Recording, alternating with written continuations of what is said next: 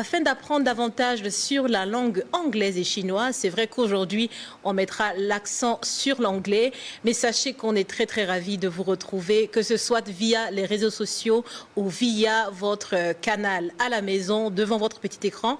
Je suis encore accompagnée de ma très chère, très belle, et comment je dirais, Black. Si on va, ok, Black Diamond, Black Diamond, c'est son nouveau surnom. Sandrine est avec nous aujourd'hui. Hello, Sandrine, how are you doing? Hello, Elda. I'm doing very, very good. Very Wonderful. good. I feel like a black diamond. Oui, Black Diamond. En tout cas, Yes. depuis qu'on connaît le nouveau président du Sénégal, Sandrine a décidé de ne plus s'appeler Sandrine. Il faut choisir, voilà, des noms qui conviennent avec la situation actuelle. Alors, Sandrine, qu'est-ce Oui, qu'on a Elda. aujourd'hui comme sujet intéressant et palpitant à proposer à nos téléspectateurs et téléspectatrices? Incivility, rights, and duties of a citizen in a context of a security crisis. Voilà, elle a si bien dit. Il y a beaucoup de mots qui sont ressortis. Exactement. C'est très technique, c'est très intéressant. Technique, oui, on va en parler vu notre contexte. On va parler des droits, on va parler aussi des devoirs du citoyen dans un tel contexte. Et pour nous accompagner sur le sujet, c'est un expert de la question juridique en anglais qui va nous entretenir. Wonderful. Comme quoi, on trouve les bonnes personnes pour les bons sujets, Exact. juste pour vous. Voilà pourquoi on va ouvrir la rubrique Invité.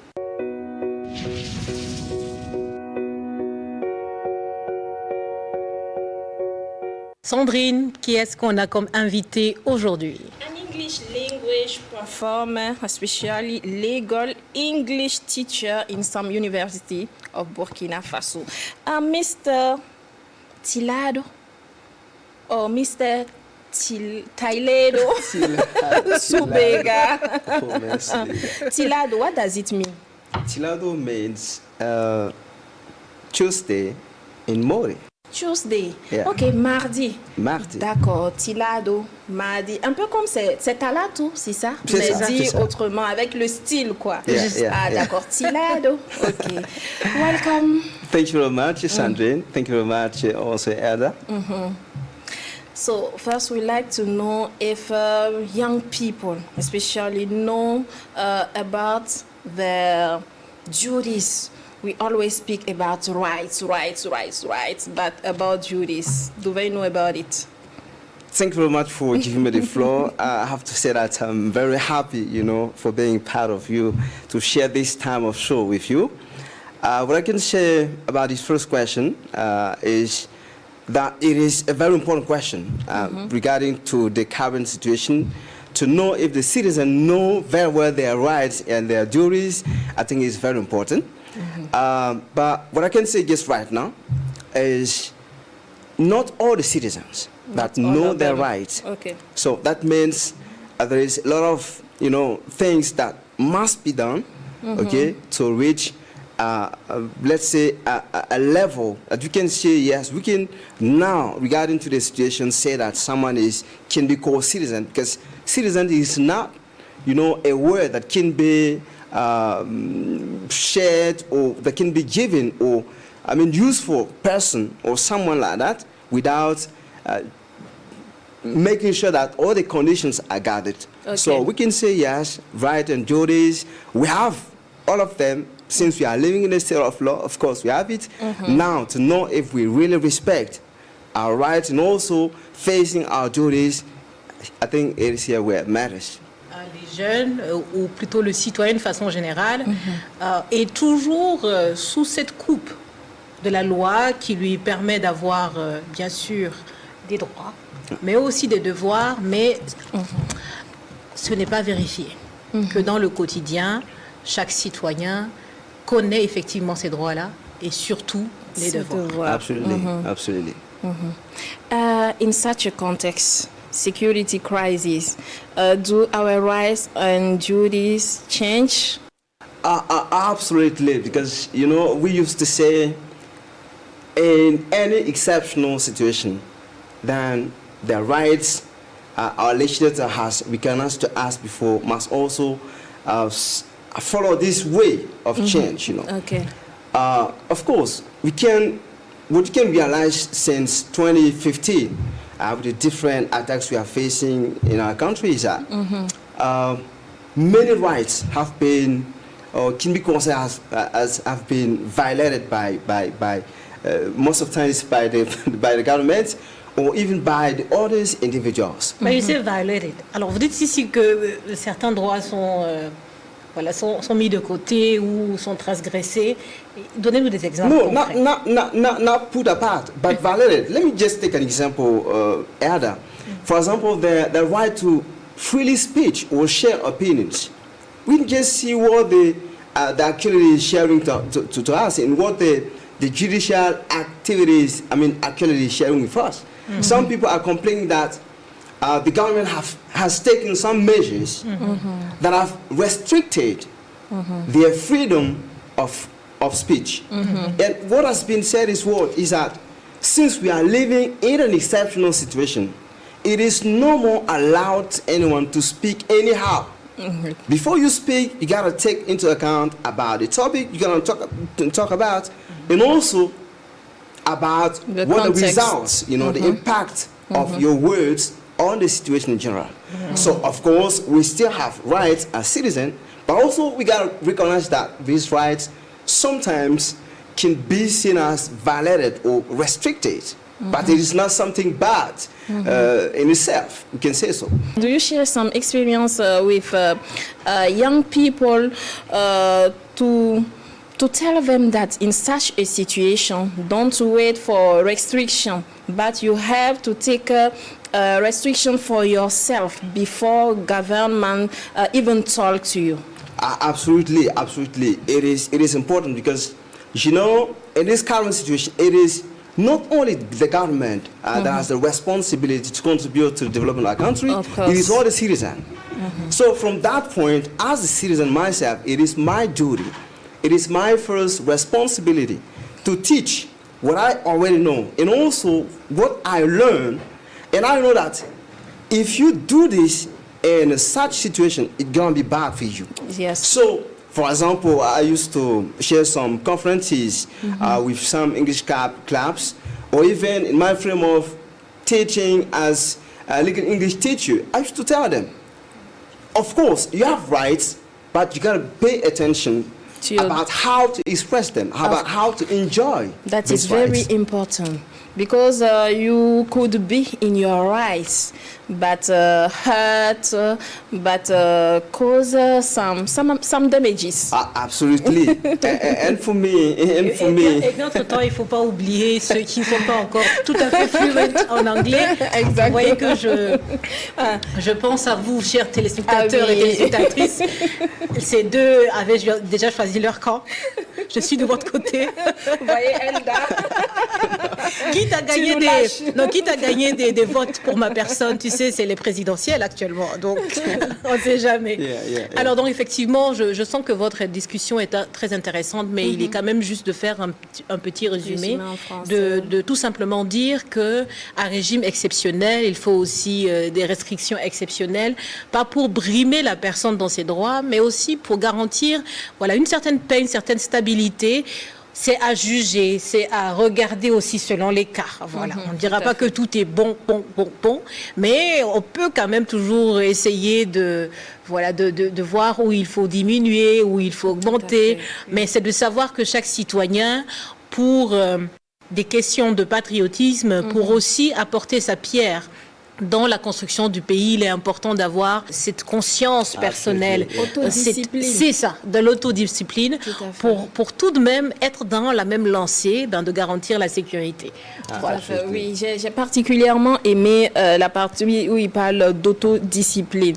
Voilà, il ne faut pas attendre que les restrictions viennent. Moi-même, Sandrine, je sais que dans ce contexte, il y a des choses que je faisais avant.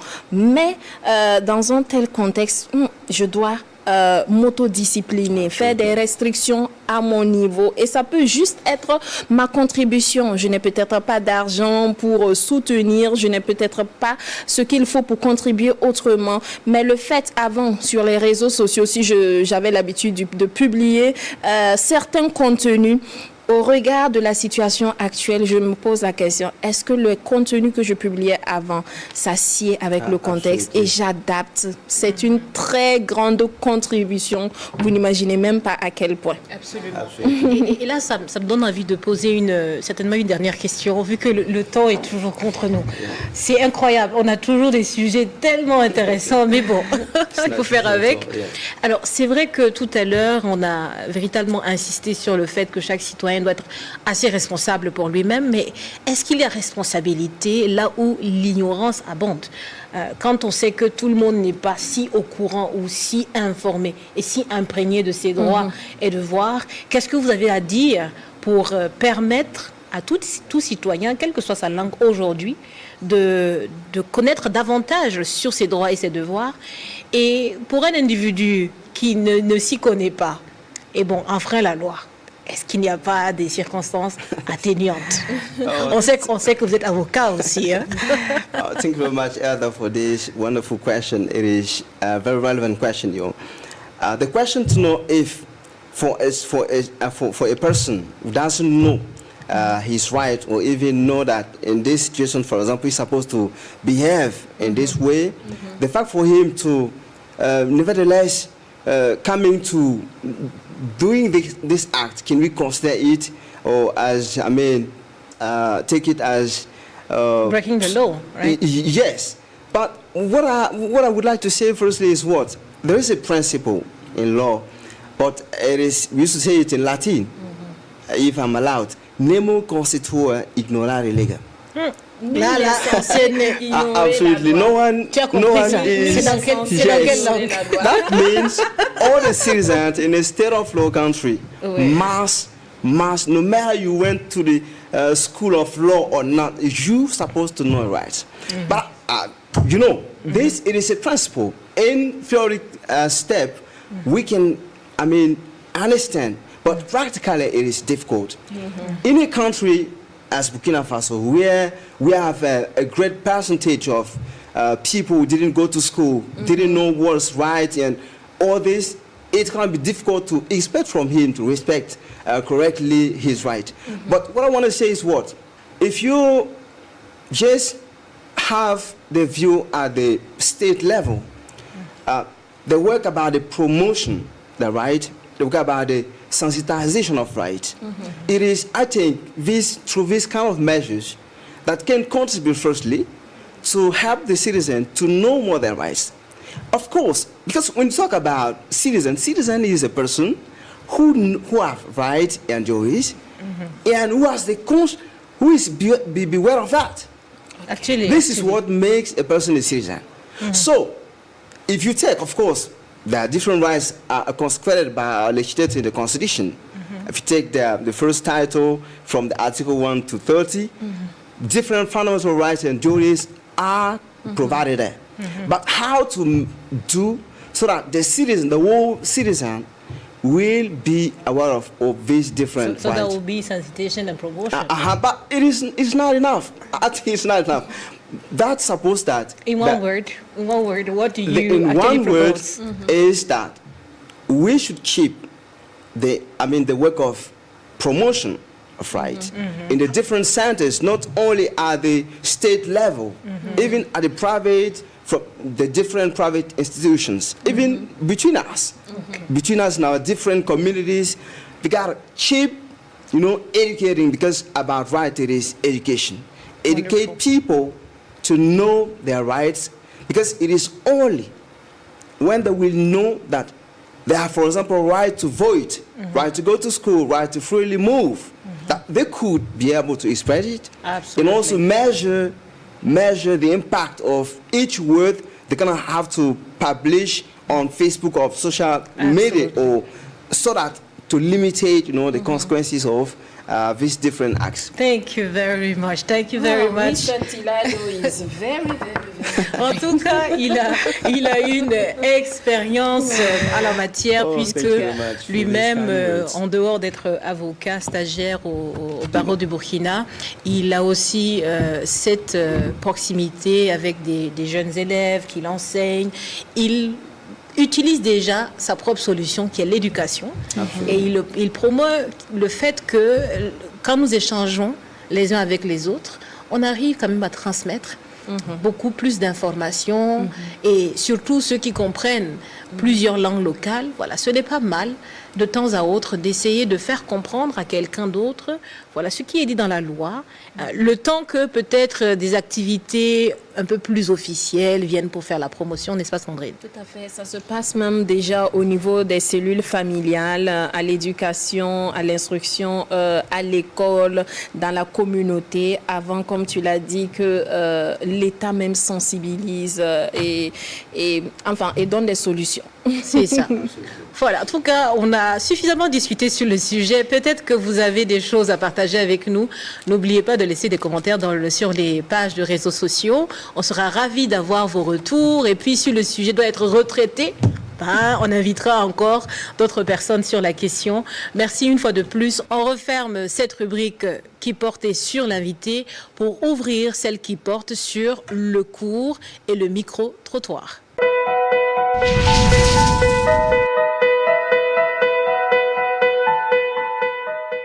On a un challenge pour vous.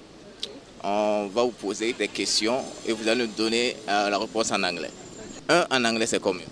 1. Et 4? 4. D'accord. Est-ce que vous pouvez nous compter de 1 à 10 en anglais? 1, 2, 3, 4, 5, 6, 7, 8, 9, 10. Asia, on a un challenge pour toi aujourd'hui. Alors, on va vous donner quelques mots en français. Vous allez traduire en anglais pour nous. D'accord. Comment on dit 2 en anglais? 2. Et 5? 5. Est-ce que vous êtes capable de compter de 1 à 10 en anglais? Oui. D'accord. Donc, 1, 2, 3, 4, 5, 6, 7, 8, 9, 10. Merci beaucoup. Aujourd'hui, on a un challenge pour vous. On va vous donner des mots en français et vous allez traduire en anglais pour nous. Okay. 1 en anglais, c'est combien? 1. Et 10? 10. D'accord. Est-ce que vous pouvez compter de 1 à 10 en anglais? Oui. 1, 2, 3, 4, 5, 6, 7, 8, 9, 10. D'accord, merci. Est-ce que vous pouvez nous dire un ordinateur? Chiffre 1. Un ordinateur. Okay. 1 laptop. On va vous donner des mots en français et vous allez traduire en anglais pour nous. Ok. D'accord. Est-ce que vous pouvez nous dire 2 en anglais? 2. Et 5? 5. D'accord. Est-ce que vous pouvez nous compter de 1 à 10? 1, 2, 3, 4, 5, 6, 7, 8, 9, 10. On va vous demander, par exemple, quand vous voulez dire 2 lunettes. 2 glasses. Merci beaucoup. On a un challenge pour vous aujourd'hui. On va vous donner des mots en français, vous allez traduire en anglais. Oh, d'accord. On va essayer. D'accord. Alors, comment dit-on 5 en anglais? 5, 5, Et 10? 10, je pense. D'accord. Est-ce que vous pouvez nous compter de 1 à 10? 1, 2, 3, 4, 5, 6, 7, 8, 9, 10. D'accord. Comment on dit 10 bics? 10 big, 10 pence. Merci beaucoup, c'est exact. On a quelque chose à te demander aujourd'hui. Voilà, on voit que tu vends des fruits. Alors, on va te demander de mettre 5 fruits, 5 tomates dans le panier que tu tiens. 1 tomato. 2 tomato. 3 tomato. 4 tomato. 5 tomato.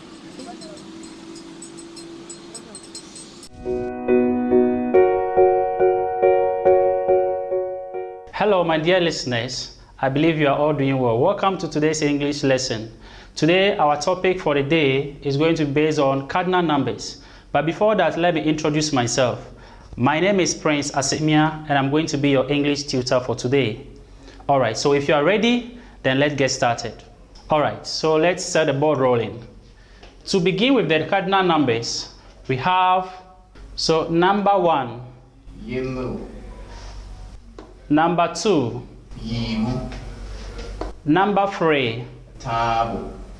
Number 4. Nasi. Number 5. Nu. Number 6. Yobe. Number 7. Ayupo. Number 8. Ani. Number 9. Away. Number 10. Pia. Okay, so now these are the transcription. So to be able to pronounce the numbers correctly, you have to follow the transcription here. Okay? Before that, let's learn how to spell the numbers together. So let's begin with the first number. 1. Repeat after me. O-N-E. 1. 2. T-W-O. 2. 3. T-H-R-E-E. 3. 4. F-O-U-R. 4. 5. F-I-V-E. 5. Number 6. S-I-X. 6. 7. S-E-V-E-N. 7. 8. E-I-G-H-T. 8. 9. N-I-N-E. 9. 10. T-E-N. 10. All right. So these are the numbers that we have basically from number 1 to 10. Join me. Let's go over again. Number 1. Repeat after me. Good. Number 2. Very good. Number 3. Excellent. Number 4. Superb. Number 5. All right, let's move on. Number 6. Good. Number 7. Good. Number 8. Well done. Number 9. And finally, number 10. Good job. Now that we know our numbers from 1 to 10, let's try and apply what we've learned today. So I'm going to ask you of your phone number. If someone asks you, what is your telephone number? You need to use the numbers in order to give the person your telephone number. Okay? All right.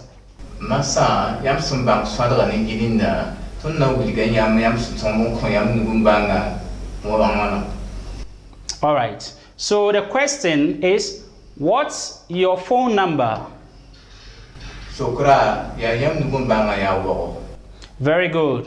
In Burkina Faso, we have a code area which is in parentheses. So this is the code area plus 226.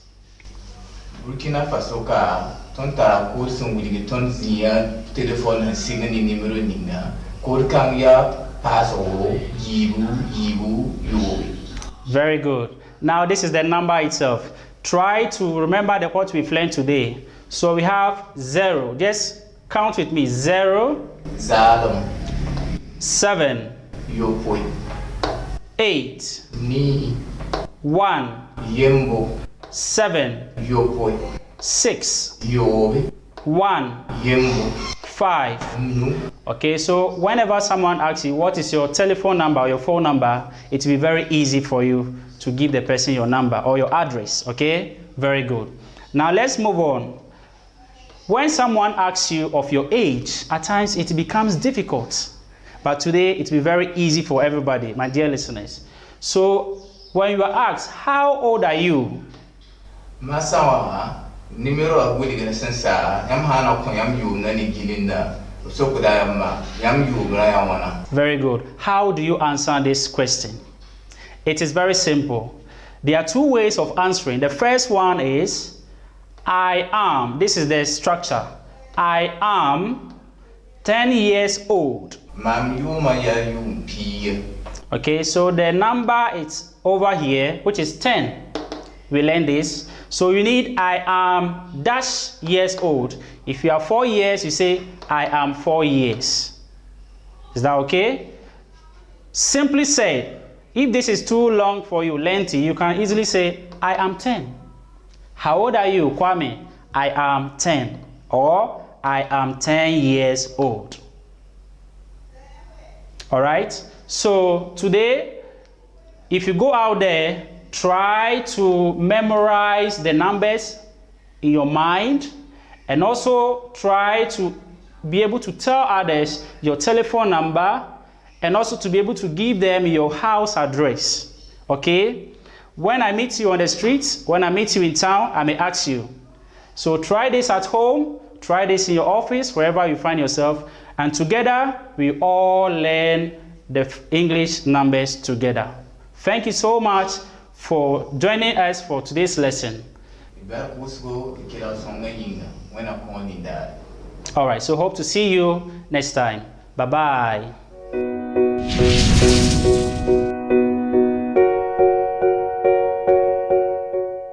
Kele fila sabana ni duru woro wolofla sheki kononto tant à vous, chers téléspectateurs et téléspectatrices.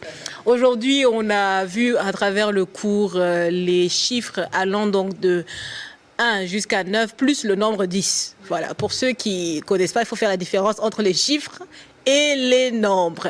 Alors, je crois aussi, Sandrine, que les chiffres permettent de non seulement compter, de dénombrer. Qu'est-ce qu'on peut faire d'autre avec les chiffres, surtout dans le domaine de la loi, cher invité? Les chiffres sont importants parce que non seulement ils permettent de compter, comme vous venez de le dire, mais aussi de toujours nous situer par rapport au temps. Donc, dans nos activités, de savoir comment répartir le temps. On commence de telle heure à telle heure. Je pense que tout ceci se fait toujours autour des chiffres. Donc, il fait que on ne peut rien pratiquement faire sans les chiffres. Et chez vous, il y a beaucoup de alinéas, article 12, alinéa 3, figure 6, troisième mot, deuxième virgule. Non, mais, oui. C'est-à-dire que dans notre domaine, nous partons du principe que le droit ne tient pas la philosophie, ne tient pas l'histoire, ne tient pas l'imagination. Et donc tout ce que nous disons se trouve en fait dans un document qu'on peut appeler par exemple code ou loi, code de loi et ainsi de suite. Et donc c'est disposé en articles et c'est chaque article qui renvoie à une référence précise par rapport à un droit que vous invoquez et que vous voulez par exemple constater une violation. Et donc on tire à la conséquence, il faut forcément que vous faites la référence à la disposition du code ou encore à la loi. Ça permet, n'est-ce pas, donc, au juge donc, qui est en face de vous de pouvoir donc apprécier. Ce que je sais, c'est que aussi dans les peines que vous donnez, il y a des chiffres. Ah oui, mais on n'a pas voulu dire ça au départ. Absolument. Chers téléspectateurs et téléspectatrices, nous sommes à la fin de cette émission. Sandrine, comme à l'accoutumée, je te laisserai dire un mot. Merci, thank you. Merci de nous suivre toujours. Merci pour la fidélité. Merci d'avoir adopté tout simplement cette émission. And comme j'ai l'habitude de le dire ou je l'ai dit dans des émissions antérieures, don't worry, all your expectations will be taken into account. Absolutely. J'ajoute absolutely parce que effectivement, si vous prenez l'habitude de nous suivre chaque mardi et chaque jeudi à partir de 17h30 et en rediffusion chaque samedi et dimanche à 7h30, vous verrez qu'au fur et à mesure, vous apprendrez davantage sur la langue anglaise, la langue chinoise. En tout cas, on sera ravis aussi de vous compter parmi les spectateurs des chocs des idées qui auront lieu chaque dernier samedi du mois à partir de 16h et toujours sur la RTB, la chaîne au cœur des grands événements. En attendant de vous retrouver pour une prochaine émission, prenez bien soin de vous. Take care. Always practice, because practice makes perfect. Ciao, ciao.